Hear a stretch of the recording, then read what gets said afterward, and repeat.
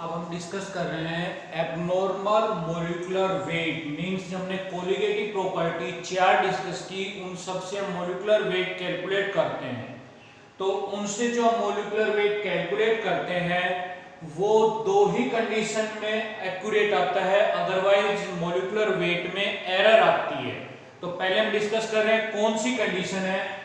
पहली कंडीशन का solution must be very very dilute means solution बहुत ज्यादा डाइल्यूट होना चाहिए, जो हम एक्सपेरिमेंटली कर भी सकते हैं। और हर अगर कोलिगेटिव प्रॉपर्टी को ध्यान से पढ़ेंगे तो उनके डेरिवेशन में मैंने बताया हुआ था, हर डेरिवेशन में एक कंडीशन अप्लाई की थी कि solution must be very very dilute means solute की अमाउंट कम होनी चाहिए, तभी हम उस कोलिगेटिव प्रॉपर्टी से जो सॉल्यूट का मॉलिक्यूलर वेट कैलकुलेट करेंगे वो एग्जैक्ट आएगा, जो एक्यूरेट आएगा।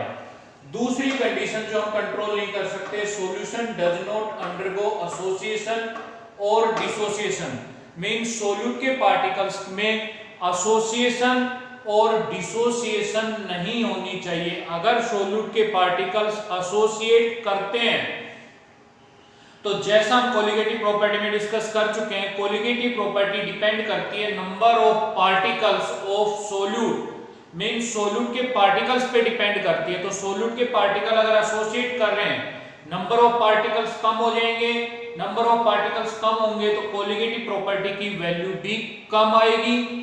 और जैसा डेरिवेशंस में या जैसा हम पीछे पढ़ चुके हैं, molecular weight is inversely proportional to colligative property, तो मॉलिक्यूलर वेट नॉर्मल वेट से ज्यादा आएगा।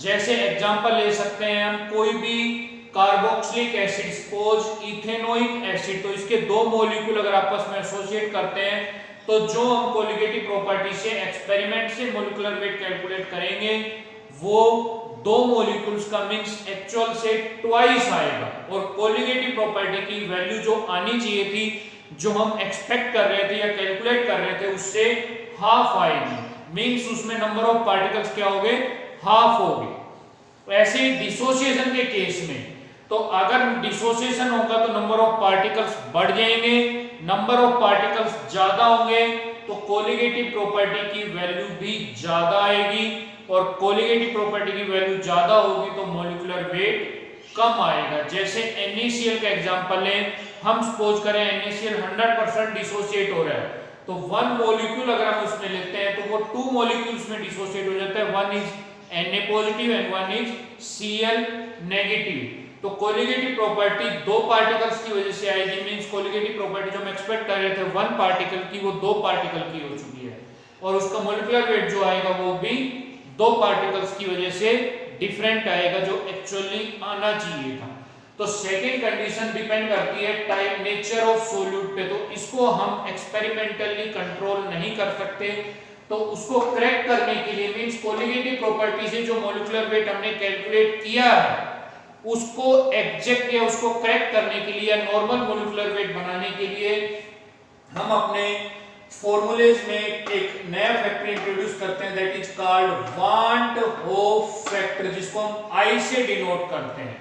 Mathematically it is equal to observe colligative property divide by calculated colligative property means experiment से जो कोलिगेटिव प्रॉपर्टी आएगी वो डिवाइड बाय जो theoretically हमने कैलकुलेट की है वो, उन दोनों की रेशियो जो आएगी वो होगी हमारी वांट होफ फैक्टर I।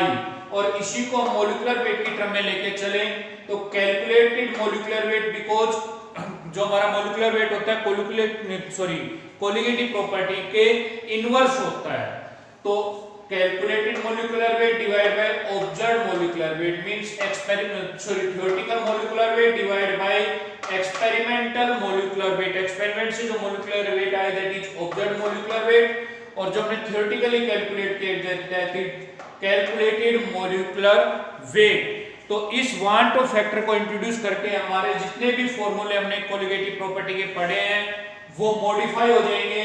जैसे सबसे पहला हमने relative lowering of vapour pressure का फॉर्मूला पढ़ा था, डेल्टा P या P naught A minus PS upon P naught A is equal to XB, जो हमने फॉर्मूला पढ़ा था, इसमें वांट ऑफ फैक्टर इंट्रोड्यूस हो जाएगा I। ऐसे दूसरा फॉर्मूला हमने पढ़ा था osmotic pressure pi is equal to M R T, तो इसमें भी एक वांट ऑफ फैक्टर इंट्रोड्यूस हो जाएगा, pi is equal to I M R T. तीसरा formula delta T F, depression in freezing point में हमने पढ़ा था के एफ एन, तो यहां भी एक वांट ऑफ फैक्टर आ जाएगा आई, तो delta T F is equal to I K F N. ऐसे fourth elevation in boiling point delta T B is equal to I K B N. तो ये हमारे फॉर्मूले मॉडिफाई हो जाएंगे वांट ऑफ फैक्टर की वजह से। मींस अगर सॉल्यूट में डिसोसिएशन और एसोसिएशन होता है तो हम यहाँ पे वांट ऑफ फैक्टर इंट्रोड्यूस कर देंगे हमारे फॉर्मूले में, जिससे फिर हम जो कोलिगेटिव प्रॉपर्टी और मोलेकुलर वेट कैलकुलेट करेंगे वो एग्जैक्ट आएगा जो एक्चुअल उस कंपाउंड का होता है।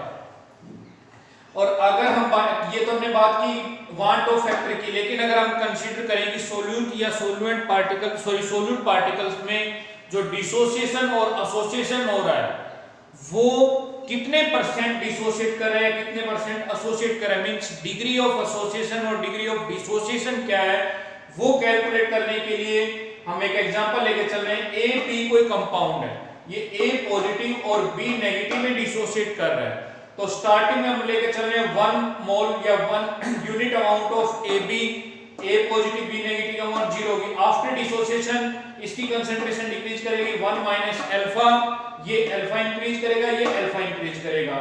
तो एक्चुअल जो हमारे इफेक्टिव मॉलिक्यूल्स आएंगे या टोटल नंबर ऑफ पार्टिकल्स जो एक्सपेरिमेंट पे हमारे पास आएंगे 1 minus alpha plus alpha plus alpha, means total 1 plus alpha. और एक्चुअली जो हम कैलकुलेट कर रहे हैं वो होंगे हमारे अज्यूम कर रहे हैं वो 1। तो इस फॉर्मूले में अगर हम आई की वैल्यू पुट करें तो observe colligative property means experiment में हमारे पास 1 प्लस अल्फा और कैलकुलेट जो हम कर रहे हैं 1, तो यहां से alpha is equal to I minus 1 means degree of dissociation I minus 1। अगर हम ये एग्जांपल लेके चलें, इसमें 2a पॉजिटिव आ रहे हैं, तो इन दोनों को समराइज करके हमारा नेट फॉर्मूला बनेगा alpha is equal to I minus 1 divide by n minus 1, क्योंकि यहाँ पे n की वैल्यू होगी number of particles formed after dissociation. जैसे इसके केस में बात करें number of particles after dissociation 2 बन रहे थे, तो 2 माइनस 1 मींस हमारे पास अल्फा की वैल्यू आई थी i माइनस 1। इसके केस में अल्फा की वैल्यू आई है i माइनस 1 डिवाइड बाय 2, जिसको हम सेम इसी टाइप से कैलकुलेट करके बता सकते हैं 1 0 0 आफ्टर डिसोसिएशन 1 माइनस अल्फा, ये 2 अल्फा, ये alpha. Total number of molecules या moles after dissociation 1 minus alpha plus 2 alpha plus alpha, इसको सम करेंगे तो वैल्यू आएगी 1 प्लस 2 अल्फा, तो i is equal to 1 plus 2 alpha divide by 1, तो alpha यहां से i माइनस 1 डिवाइड बाय 2। इन दोनों को अगर हम समराइज करके बनाएं तो हमारा फॉर्मूला बनेगा alpha is equal to i minus 1 upon n minus 1, जहां पे अल्फा हमारा degree of dissociation, i van't Hoff factor और n होगा कितने मॉलिक्यूल्स में वो डिसोसिएट कर रहा है, 2 में 3 में 4 में कितने पार्टिकल्स डिसोसिएशन के बाद उसमें बन रहे हैं। डिग्री ऑफ एसोसिएशन भी इसी तरीके से निकाले तो n मान लो हमारे पास n मॉलिक्यूल्स को एसोसिएशन करके an मॉलिक्यूल्स बन गया, तो डिग्री ऑफ डिसोसिएशन हम अज्यूम करें alpha, number of undissociated molecule of suppose alpha molecule dissociate किए एसोसिएट किए, तो अनएसोसिएट बच के हमारे पास 1 माइनस अल्फा, और एसोसिएट करने के बाद जो मॉलिक्यूल्स बने अल्फा अपॉन n, क्योंकि n मॉलिक्यूल्स इसमें एसोसिएट कर रहे हैं, तो total number of molecules will be 1 minus या total number of effective molecule जो हमें एक्सपेरिमेंट में इफेक्ट डालेंगे वो इन दोनों का सम होगा 1 minus alpha plus alpha upon n। और सेम इसी टाइप से फॉर्मूले में i की वैल्यू पुट करें, हम अज्यूम करके चल रहे हैं कैलकुलेटेड हमारे पास 1 और ऑब्जर्व हमारे पास आएंगे 1 minus alpha plus alpha upon n, तो ये हमारा i का फॉर्मूला बन गया। इसको रीअरेंज करके हम अल्फा की वैल्यू निकाल सकते हैं i minus 1 upon n minus 1, तो यहां से हम डिग्री ऑफ डिसोसिएशन और एसोसिएशन निकाल सकते हैं। अगर हम सपोज करें 100% एसोसिएशन या 100% डिसोसिएशन हो रहा है तो उसके केस में i की वैल्यू हमारे पास आएगी 1 अगर 100% डिसोसिएट हो रहा है तो I की वैल्यू आएगी हमारे पास, सॉरी डिसोसिएशन नहीं हो रहा तो I की वैल्यू हम लेके चलेंगे 1। और अगर 100% डिसोसिएशन हो रहा है तो जितने पार्टिकल्स में डिसोसिएट हो रहा है उतनी ही उसकी वैल्यू होगी। जैसे सपोज NaCl का एग्जांपल लेके चले, NaCl डिसोसिएट हो रहा है 2 पार्टिकल्स में, तो उसके केस में वांट ऑफ फैक्टर I की वैल्यू आएगी 2। अगर वो 100% डिसोसिएट हो रहा है, जैसे फॉर्मूले में हम ये वैल्यू पुट करके चेक भी कर सकते हैं, अल्फा अगर 100% डिसोसिएशन हो रहा है तो alpha will be equal to 1, तो I1 is equal to I minus 1 upon 2 minus 1, this will be equal to I minus 1 upon 1 और I will be 1 plus 1 is equal to 2। Mean जितने particles में वो dissociate हो रहा है, जितनी हमारी n की वैल्यू है उतनी ही I की वैल्यू आ रही है।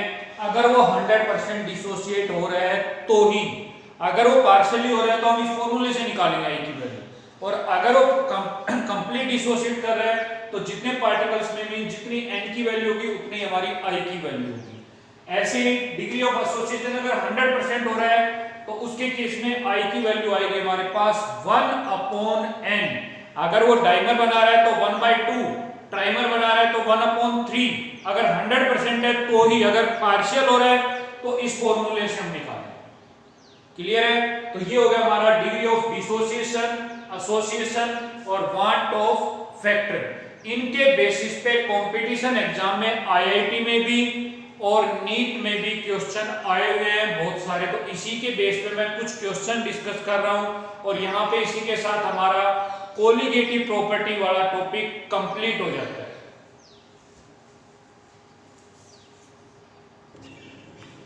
यहाँ पे मैंने कुछ क्वेश्चंस IIT से आए हुए लिखे हैं 2019, ये मेंस का है, ये एडवांस का क्वेश्चन है।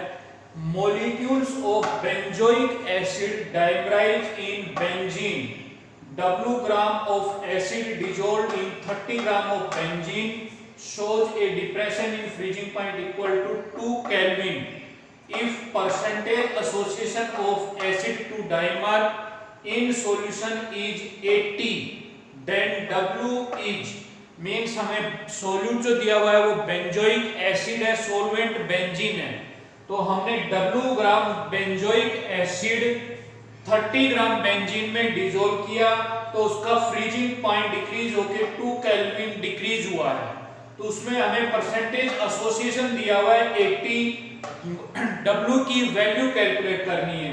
तो WB means wait of solute W gram, molecular weight of solute 122 gram given है न्यूमेरिकल में, WA is equal to 30 gram given weight of solvent, molecular weight of solvent benzene का 78 ग्राम, और delta TF depression in freezing point 2 kelvin.